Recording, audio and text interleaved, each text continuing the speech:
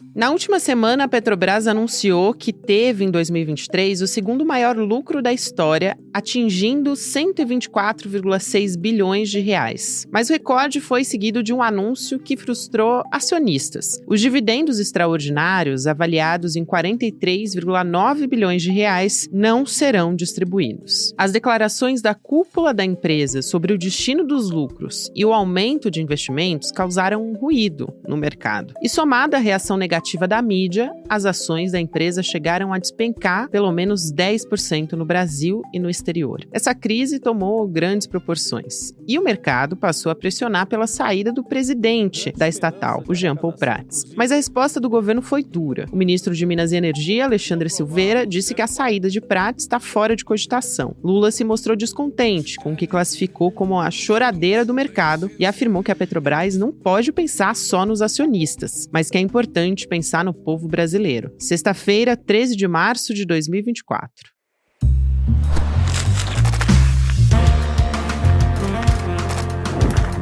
Sou a Gabriela Varela, esse é o podcast Detalhes, e aqui mais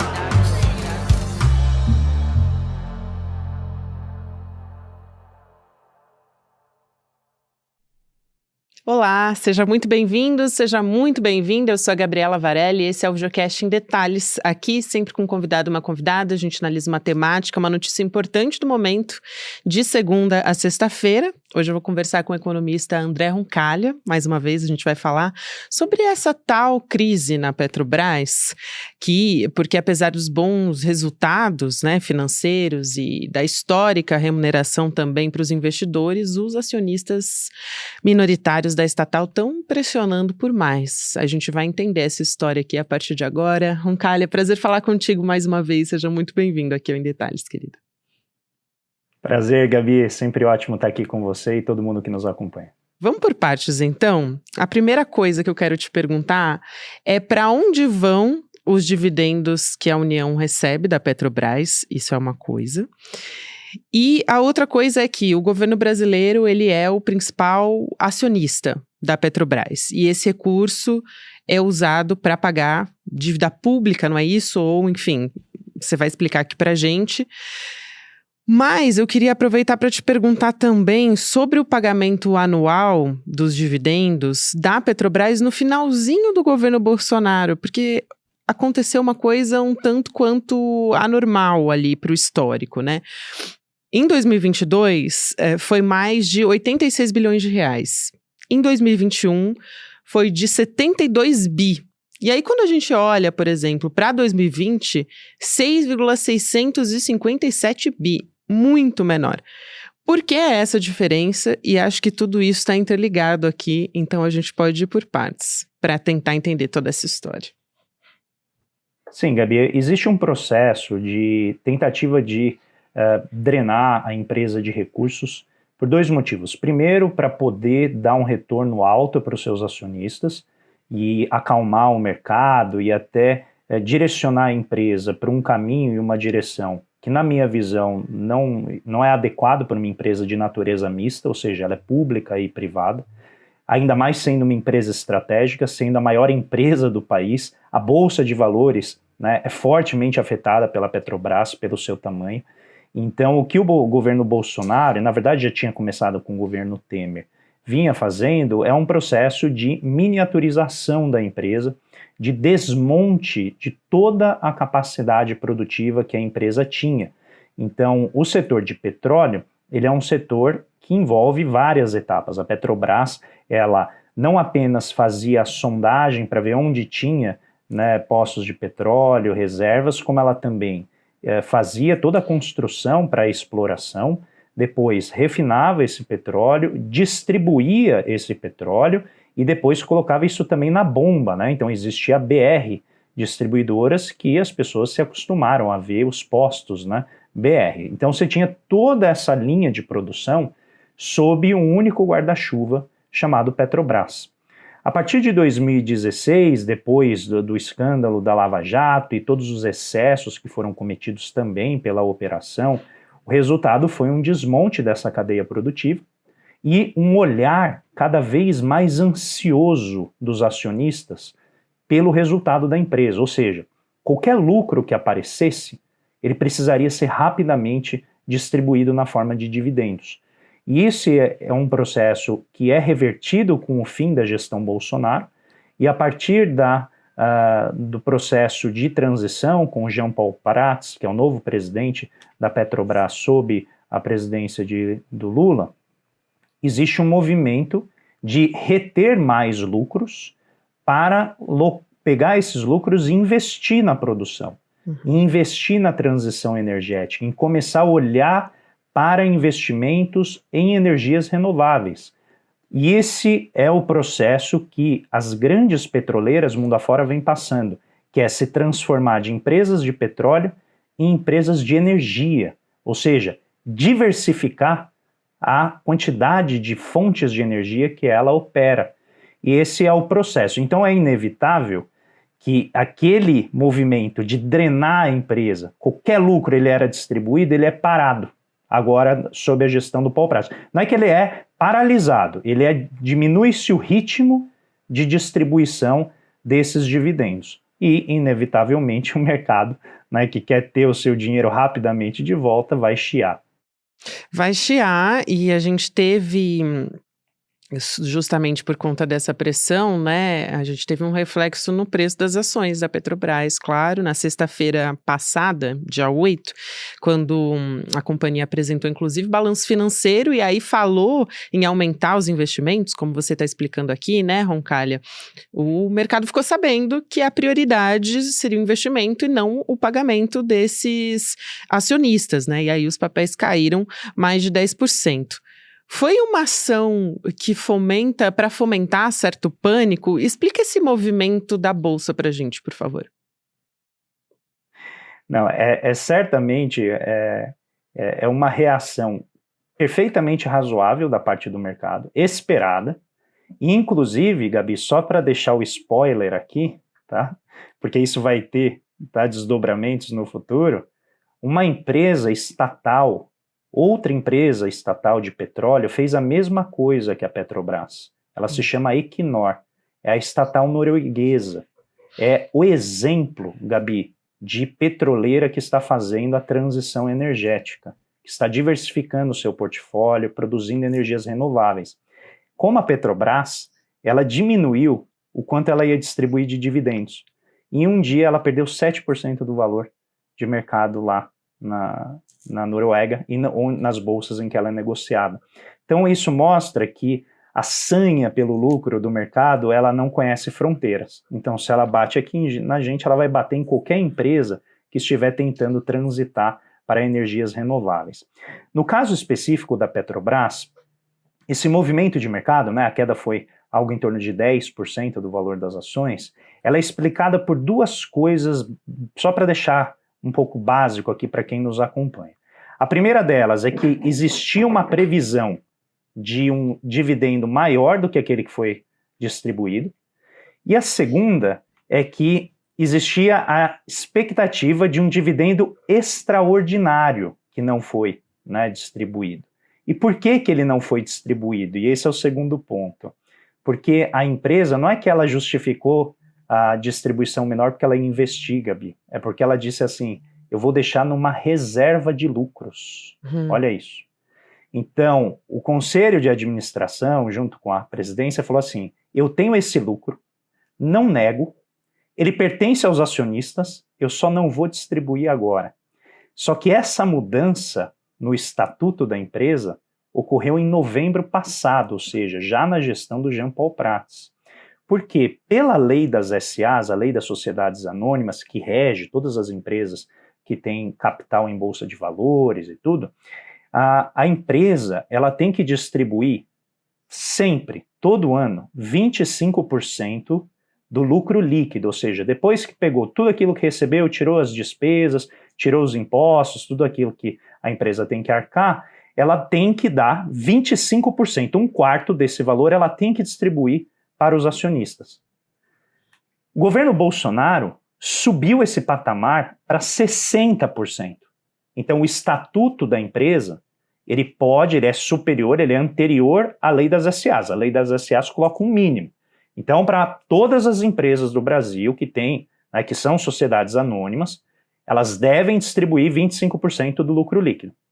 No contexto de depenar a empresa, a Petrobras, com seu conselho de administração, lá já com Temer, Bolsonaro, elevaram esse valor para 60%, ou seja, é colocar o extrativismo direto no estatuto da empresa. 60% do seu lucro você vai distribuir. O Jean Paul Prats, já sob nova gestão, reduz isso, inclusive timidamente, para não assustar demais o mercado, para não gerar aquela ideia de que está dando cavalo de pau em transatlântico e tal, baixa isso para 45%. Só que, nessa mudança que foi feita no final do ano passado, eles criaram essa categoria chamada reserva de lucros. E a reserva de lucros, ela é basicamente um lançamento contábil que diz que o dinheiro é do acionista, só que ele pode ficar lá, ad eterno, ele não precisa ser distribuído. Ele pertence ao acionista. Ele pode ser eventualmente distribuído, ele pode ser integralizado ao capital, então ele vira o patrimônio da empresa, entendeu? Ou ele pode simplesmente ficar lá. E isso gerou, no meu entendimento, o pessoal do mercado não é tolo, conhece muito bem a empresa, o pessoal viu isso e falou, bom, quando que esse dinheiro vai vir? Não sei. E aí isso gerou o ajuste no preço das ações. Porque só para finalizar, o preço da ação, a partir do momento que você compra ação, existe uma expectativa de pagamento de dividendo. E esse dividendo, que é pago por ação, ele é uma porcentagem do preço, né? Ele está lá embutido. Então, quando a empresa paga o dividendo, automaticamente o preço das ações são ajustados, né? Diminui porque aquele valor esperado não está mais ali. Nesse caso, o mercado descontou um pouquinho a mais, porque esse dividendo não pago, né, que eles não têm expectativa de receber, porque não tem clareza, então eles também descontaram. Então o valor das ações caiu e já, né, na sequência ele voltou a subir, já representando esse mercado, né, consolidado que é o de petróleo. Exatamente, isso que eu ia citar até, né? Na terça-feira, a gente está, inclusive, gravando, então a gente ainda deve ter outras oscilações aí, enquanto a gente está gravando, está tendo uma queda pequena, inclusive, mas na terça-feira a gente já teve uma recuperação parcial, né? Então, de 3%, superior a 3%. Então, a gente já está tendo uma recuperação, é importante dizer isso também, porque parecia, pelo que a gente viu na imprensa tradicional, inclusive essa é a pergunta que eu quero te fazer. É sempre o fim do mundo, era uma né, guerra. Gabi? Exatamente. Por que a gente viu... a empresa vai perder, vai se dissolver, né? Eles fazem sempre um terrorismo muito exacerbado. Exatamente. O que explica esse celeuma? Por que incomodou tanto a mídia tradicional? E eu acho muito importante ressaltar aqui também, Roncalha, que uma parte dos veículos de imprensa focados em economia, eles são de empresas, né, de financeiras, como o BTG Pactual, XP Investimentos e Banco Itaú também. Ou seja, é importante que o lobby seja considerado aí também em algumas dessas notícias, né? Uhum.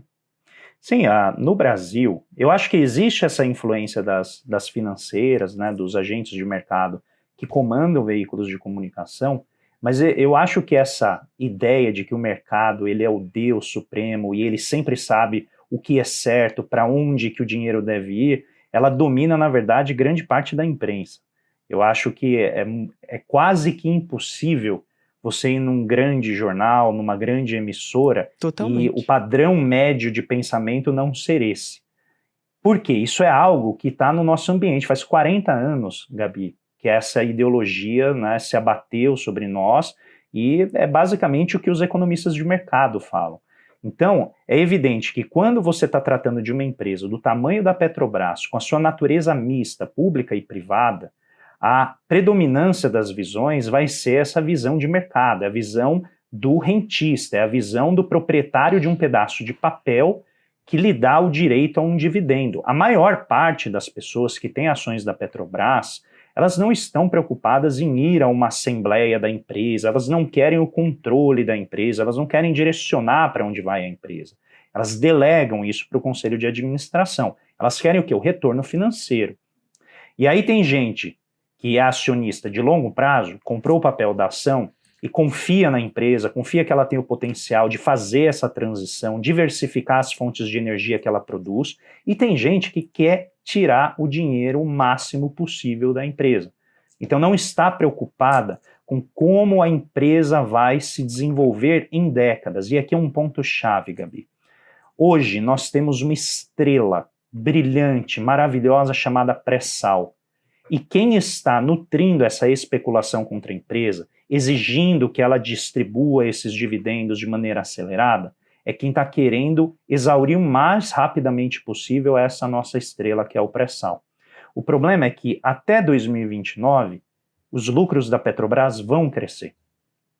Só que a partir de 2029, a gente entra no que a gente chama da fase descendente da curva do pré-sal.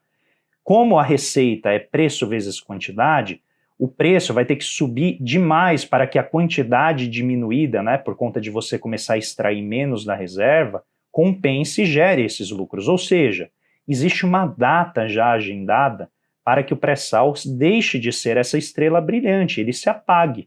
E é importante que no caminho desse momento em que o pré-sal vai deixar de ser essa estrela, que a Petrobras tenha planos alternativos para novamente se tornar uma empresa de energia, a ponto tal, Gabi, de vamos dizer assim, o término do pré-sal não ser um problema grande para a empresa. Lembrem-se, a empresa ela sobrevive aos seus insumos, ela sobrevive aos recursos naturais que ela explora. Então, nesse sentido, obviamente dentro de limites, tá? Não quero dar a noção de que a empresa pode ser ambientalmente irresponsável, ao contrário.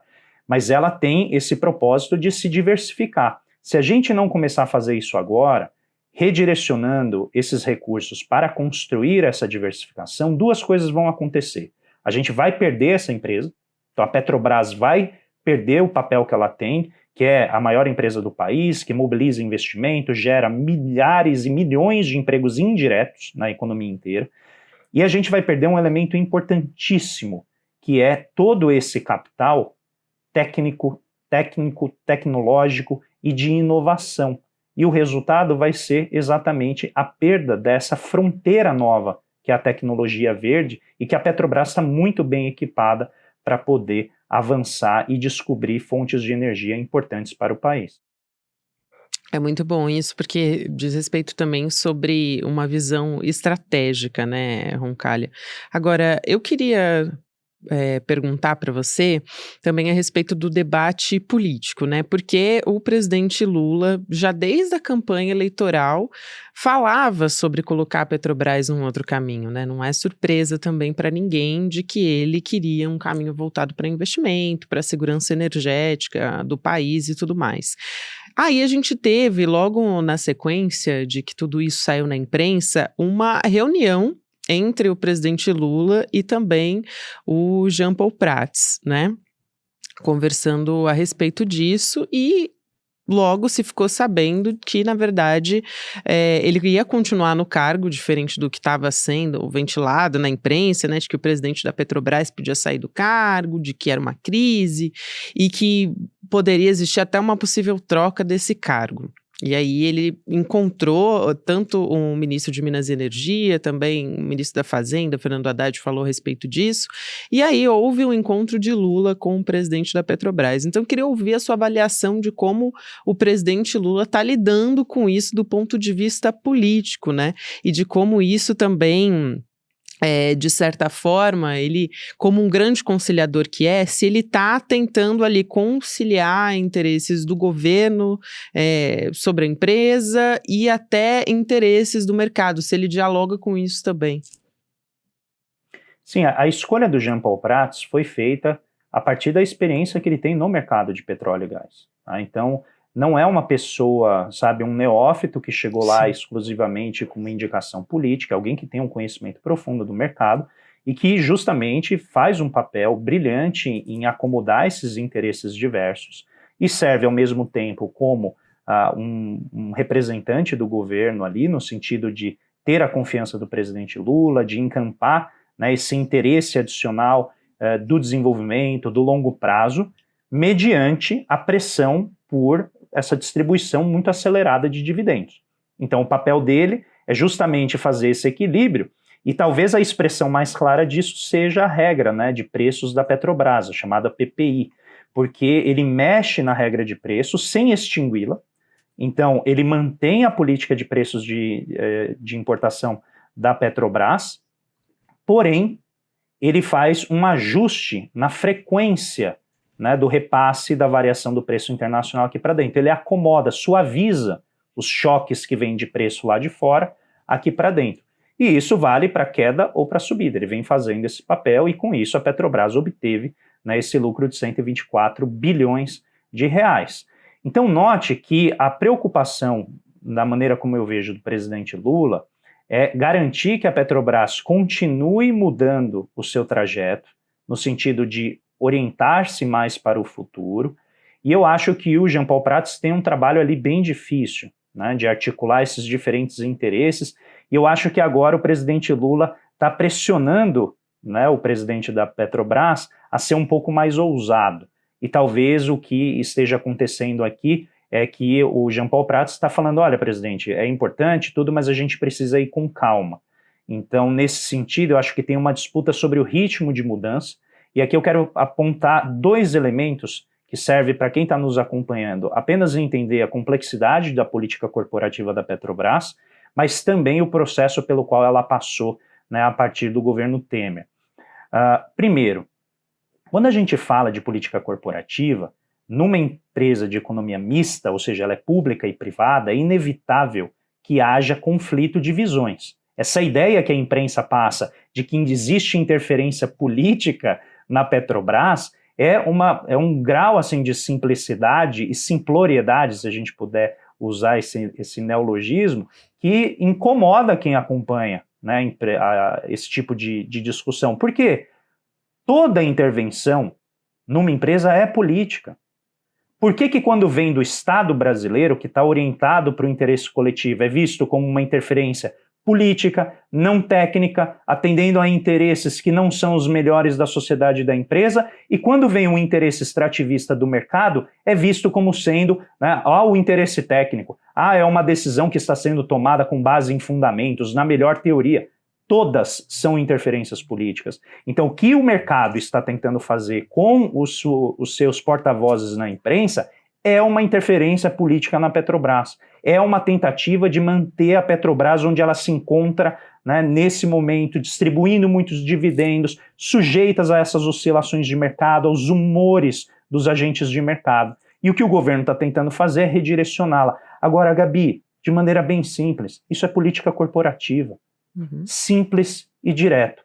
O segundo ponto importante que tem a ver com essa história da Petrobras é o fato de que ela foi fortemente colonizada por forças de mercado.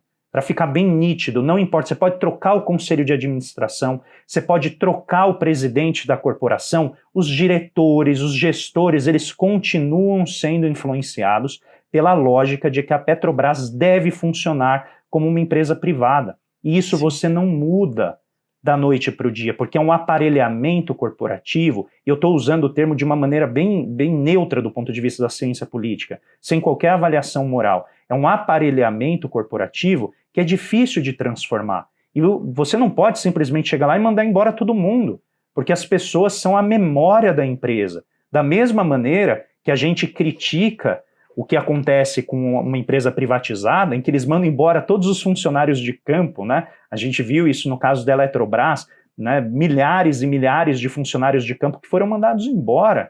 E eles são a memória institucional da empresa. Da mesma maneira, você não pode fazer isso com os cargos de gestão. Então, é um processo gradativo de consolidação dessa mudança, e eu acho que esses atores ali estão colocados, né, na tentativa de acomodar os diferentes interesses em jogo. Muito didática a tua explicação, Roncalha, e acho que fica muito clara aqui tudo o que aconteceu. Eu quero aproveitar esse minuto final aqui, a gente não tem muito tempo, mas eu acho fundamental te aproveitar aqui para explicar uma história de um vídeo que foi muito divulgado na rede social do Ciro Gomes, que foi presidenciável, é do PDT, acusando o governo federal de vender precatórios para instituições financeiras, né? Ele diz que o governo destinou 93 bilhões bilhões de reais de precatórios atrasados quitados pelo governo aos bancos. Então, que são os títulos de dívida, né, do governo que são concedidos por via judicial, e você pode explicar isso muito melhor do que eu, mas para pagamentos acima de 60 salários mínimos. E que costumam, né, demorar muitos anos para ser pagos. Mas vamos lá, o Ciro diz que foi o maior escândalo de corrupção da história brasileira. Quero pedir primeiro para você explicar que história é essa e, de forma didática, né, como é que funciona o pagamento desses valores também. Então vamos lá, um precatório ele é um título de dívida que ocorre, né, ele vem à vida depois de uma decisão judicial. Então o Estado ele precisa indenizar uma família ou devolver um direito do qual uma pessoa, uma empresa foi privada, e o setor judiciário, né, o Poder Judiciário diz, Estado, pague. Então é uma dívida que o cidadão tem a receber do Estado. Então o governo tem que ir lá e pagar essa pessoa. Só que como você bem falou, isso entra numa fila do orçamento. Tá? Porque o Estado tem, às vezes, dificuldade de pagar, e esses precatórios podem ocorrer no nível municipal, no nível estadual e no nível federal. Então você entra numa fila, mas você tem o direito. Aí o Estado diz, devo, não nego, pago quando puder. Ou seja, a pessoa que tem esse pedaço de papel não sabe quando ela vai receber. Com base nessa promessa de pagamento, esse direito a receber, as pessoas e empresas fazem o quê? Elas se veem ali na posição de vender esse direito em troca de uma antecipação de dinheiro. Em outras palavras, uma operação de crédito. Chega um agente financeiro, sabe que a pessoa tem aquele papel e fala, você tem 100 mil a receber? Então eu vou te dar aqui 50, né? Você prefere o quê? Um passarinho na mão ou 2 voando? Então eu vou te dar 50 mil e quando a justiça pagar a você, né, vai ter um documento que eu vou entregar ao juiz dizendo que eu sou um procurador e vou receber esse dinheiro. Isso tudo é registrado, tá? Então, em geral, os juízes têm controle desses documentos e tal. Muito bem. O que aconteceu? Para a gente, né, entender a lógica dos precatórios num ponto de vista mais amplo. Esses precatórios e esse mercado existe há mais de 30 anos. Então, não é novidade. Ele já é um mercado muito agitado e animado nos 3 níveis de governo. Inclusive, você pode entrar na internet e tem mapas de precatório no Tribunal de Justiça de São Paulo, você consegue ver, né, onde que estão esses precatórios, eles não têm... Tem, obviamente, alguma limitação de acesso por uma questão, né, de CPF, identificação, mas, em geral, não é muito difícil de obter. Em 2021, o senhor Paulo Guedes, junto com o Bolsonaro, votam a PEC do calote, que essencialmente diz o quê? Não vou pagar mais de um determinado valor e o resto, esse espaço no orçamento, eu vou fazer o Auxílio Brasil para tentar me reeleger em 2022. Foi isso que o Bolsonaro fez. Então, em vez de pagar as famílias que tinham dinheiro a receber, ele jogou lá para 2027. 2027. Então, ele falou, lá em 2027 a gente volta a pagar. Acumulando a montanha de precatórios, essas dívidas que iam crescendo, possivelmente a gente chegar em 2027 com 200 bilhões no total de dívida. 200 bilhões, Gabi. Por quê? O valor que você falou acima de 60 salários mínimos são os precatórios. Só que um título de dívida parecido com esse é chamado de RPV, que é uma requisição de pequeno valor, que é até 60 mil. Essas estão quadruplicando nos últimos 10 anos. Então está crescendo de uma maneira que ninguém está entendendo. O governo Bolsonaro não mexeu uma palha para entender o que estava causando o aumento desse endividamento. E agora o governo Lula está tentando identificar de onde vêm as causas. Por quê? Metade do valor, eu já vou entrar nos valores, metade do valor é causa de INSS, ou seja, é o governo não cumprindo com a sua função previdenciária. Então, há uma maneira de consertar isso, mas se você está num governo como o do Bolsonaro, que está desmontando o Estado, é evidente que o número de direitos que o cidadão vai ser privado de obter vai crescer e com isso vai aumentar as causas perdidas pelo Estado na justiça. Dito isso, o Bolsonaro vota essa PEC do calote e adivinha o que acontece no mercado de precatórios? Ele bomba, porque agora, Gabi, você tem um montão de gente com dívida a receber sem saber quando vai receber. Os escritórios de advocacia se unem a bancos, afinal, lembre-se, os escritórios de advocacia ajudam as pessoas a ganhar essas ações contra o Estado. Então eles sabem quem que ganhou esses precatórios. E eles se unem a bancos, fundos de investimento, gestoras de ativos lá da Faria Lima, E eles fazem o quê? Eles se aproximam dessa pessoa e com a incerteza do pagamento, eles jogam o preço que eles pagam por esse precatório lá embaixo. Então uma pessoa, dentro do exemplo, que tinha ali 100 mil reais para receber, em vez de receber os 50, 70 mil que ela poderia, né, exigir para entregar esse direito, ela passa a receber 28. Quando começou esse movimento, já lá em 2015, 2016, ou seja, bem antes de ter essa PEC do calote, já havia indicação de deságios assim, de 80%. Ou seja, a pessoa que tinha 100 mil a receber, recebia 20. Mas o Paulo Guedes montou esse arranjo dos precatórios com um motivo muito claro em mente, Gabi. Era o quê? Usar precatórios para adquirir ativos do Estado. Olha como funciona o jogo. Sai uma quantidade enorme de precatórios, vai um grande banco, um grande fundo de investimento, e aqui eu não estou falando de banco comercial, tá? Que é o que ficou implícito na fala do Ciro. Falando de banco de investimento, que tem dinheiro pesado. E ele vai lá e adquire esses precatórios com um preço muito baixo, prometendo um preço muito elevado, e com esse dinheiro de precatório, né, esse ativo, ele vai lá e compra ações do Estado. Um número que saiu na época da privatização da Eletrobras, já agora em 2020, é que 8 bilhões em precatórios, 8 bilhões, comprariam 43 bilhões em ações da Eletrobras. Olha o salto de valor. Exatamente porque é um excelente negócio. Você compra esse precatório a um preço muito baixo, só que quando você vai trocar pelo ativo de Estado, você troca pelo valor cheio. Este é, na minha visão, o real escândalo, Gabi. Este é o escândalo que estava colocado e que o Ciro não apontou.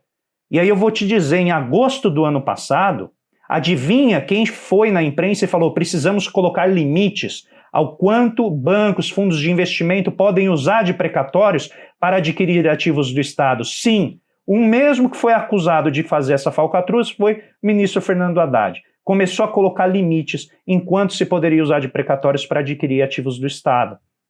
Mas não termina aí.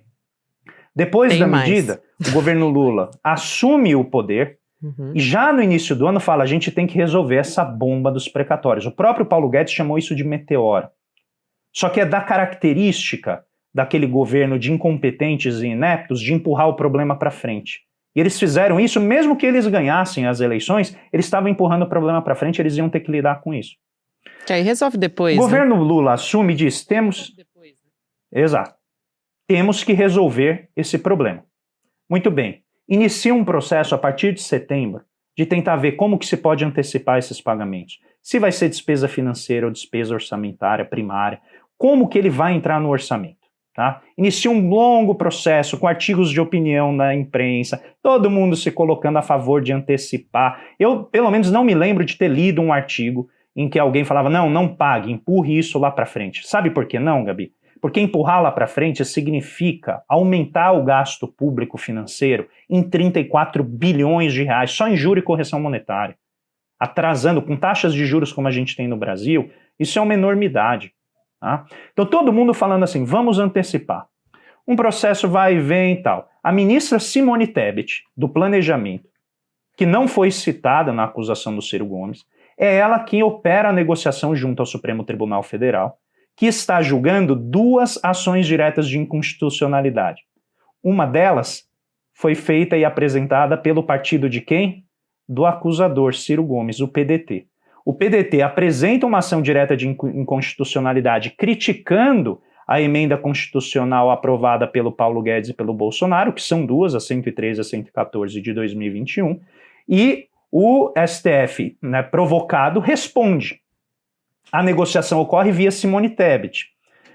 Em 23 de novembro de 2023, o ministro Luiz Roberto Barroso tira o assunto do plenário pedindo vista. Devolve alguns dias depois para que André Mendonça retire novamente de pauta pedindo vistas. No dia 29 de novembro de 2023, André Mendonça devolve ao plenário e o assunto é votado no dia 30. Tudo isso está em manchete de jornal, Gabi. Não tinha nenhum sigilo. Todo mundo sabia que o debate estava sendo encaminhado para uma aprovação e para um pagamento. No dia, mais ou menos 12 de dezembro, o Ministério da Fazenda, junto com o Ministério do Planejamento, apresentam uma medida provisória indicando o pagamento. Tá? Muito bem, por que eu estou salientando tudo isso? Não há nenhum momento na minha leitura a possibilidade de ter havido vazamento de informação, porque era algo de ampla publicidade. Todo mundo estava conhecendo. Eu não estou dizendo que eu estou correto, eu estou dizendo que as informações a que eu tenho acesso não apontam nenhum indício ou oportunidade de vazamento de informação sigilosa e privilegiada. Esse é o ponto central, privilegiado. Adivinha, só para terminar, qual foi o resultado de o governo Lula colocar um basta nisso que estava acontecendo no mercado? Sabe aquele desconto que chegava a 50%, 60% e que onerava exatamente o detentor do precatório? Ele caiu para 24%. Ou seja, quem estava vendendo o título que valia 100 por 23, 40, passou a vender por 74. Gerou um benefício para o detentor do precatório, porque o mercado ficou inflado, porque o pagamento estava certo e iria ocorrer. Então é isso, é a maneira como eu consegui compreender o que estava em jogo, e novamente, para a gente não banalizar o Estatuto da Denúncia, para a gente não tornar esse lavajatismo retórico, essa maneira de fazer um denuncismo vazio, uma prática da nossa democracia, porque isso já causou muito mal ao país. Roncalha, mais didático do que isso, impossível. Eu não podia deixar de fazer essa pergunta para você aqui, porque isso inundou as redes sociais nessa semana, acompanhado de muita desinformação, inclusive. Então, eu acho fundamental a gente fazer esse trabalho aqui. Eu acho que é nosso dever também, com um conhecimento e com a nossa sociedade também, com a nossa comunidade aqui no ICL. Quero agradecer sua presença aqui mais essa semana. Muito obrigada, querida. É sempre um prazer. Um beijo e até a próxima. Muito obrigado, Gabi. Eu que agradeço a oportunidade de esclarecer. Eu me dediquei muito para entender o que aconteceu, porque eu fiquei muito preocupado com essa acusação e essa denúncia. E eu acho que sempre que houver indícios de corrupção, a gente precisa investigar. Não se trata disso. Se trata de fazer uma acusação séria, grave, e ir atrás, mas com os indícios adequados para a gente não apenas inflamar a sociedade num contexto já tão inflamado como a gente está vivendo, particularmente no ano eleitoral. Então, agradeço muito a oportunidade de poder dar a minha contribuição esclarecendo como eu entendo esse caso. É isso, com muita responsabilidade, como você sempre faz no seu trabalho, Roncalha. Obrigada, é um prazer, querido. Obrigado. Até mais. Lembrando a você que a nossa websérie está disponível, A Máquina de Moer Reputações, está sendo um sucesso, inclusive, essa nova produção exclusiva aqui do ICL, sobre as táticas da extrema-direita para atacar sistematicamente símbolos dos direitos humanos, como a Marielle, como a Maria da Penha e também o Paulo Freire, São 4 episódios, inclusive, que a gente aborda essas questões envolvendo esses personagens. Então, é uma série exclusiva para assinantes do ICL. Se você ainda não se inscreveu, se você ainda não faz parte da nossa comunidade, você ainda tem essa oportunidade para acompanhar essa série completa. Em detalhesicl.com.br você pode se inscrever, fazer a sua assinatura do ICL aqui para assistir todos os nossos trabalhos e também para ter acesso aos nossos cursos, Obrigada a você que me acompanhou até aqui. Próximo episódio vai ao ar às 10h30 da manhã no YouTube. Na sequência, agora você fica com Mercado e Investimentos, depois tem Rolê ICL, 6 horas da noite tem ICL Notícias, segunda edição. Bom final de semana para você, até segunda-feira. Olá, eu sou André Campedelli, professor do curso de Economia Básica do ICL. Estou aqui para te convidar para fazer esse curso que vai te ensinar os princípios básicos da economia. Tudo o que você precisa saber sobre macroeconomia, sobre microeconomia e os principais conceitos econômicos. Então venho aqui te convidar para você não ficar mais fora desse assunto tão importante para entendermos a realidade e a política brasileira. Então, eu te espero lá no curso. Vamos fazer juntos. Um abraço e até a próxima. Pessoal, eu estou aqui para anunciar o meu curso Grandes Pensadores, a formação do espírito crítico. A gente vai analisar alguns dos maiores pensadores da cultura ocidental, seja clássico, seja contemporâneo. É um curso que vocês não podem perder. Por quê? Porque ele nos ensina a refletir. que é a coisa mais difícil no mundo moderno de hoje. Só o contato com os grandes pensadores e com as grandes obras faz com que a gente possa usar a nossa inteligência no máximo, né? Porque a gente passa a aprender e ter uma outra bagagem. Então, por conta disso, eu ficaria muito contente se vocês acompanhassem o curso. Eu tenho certeza que vocês vão gostar. Um grande abraço a todos.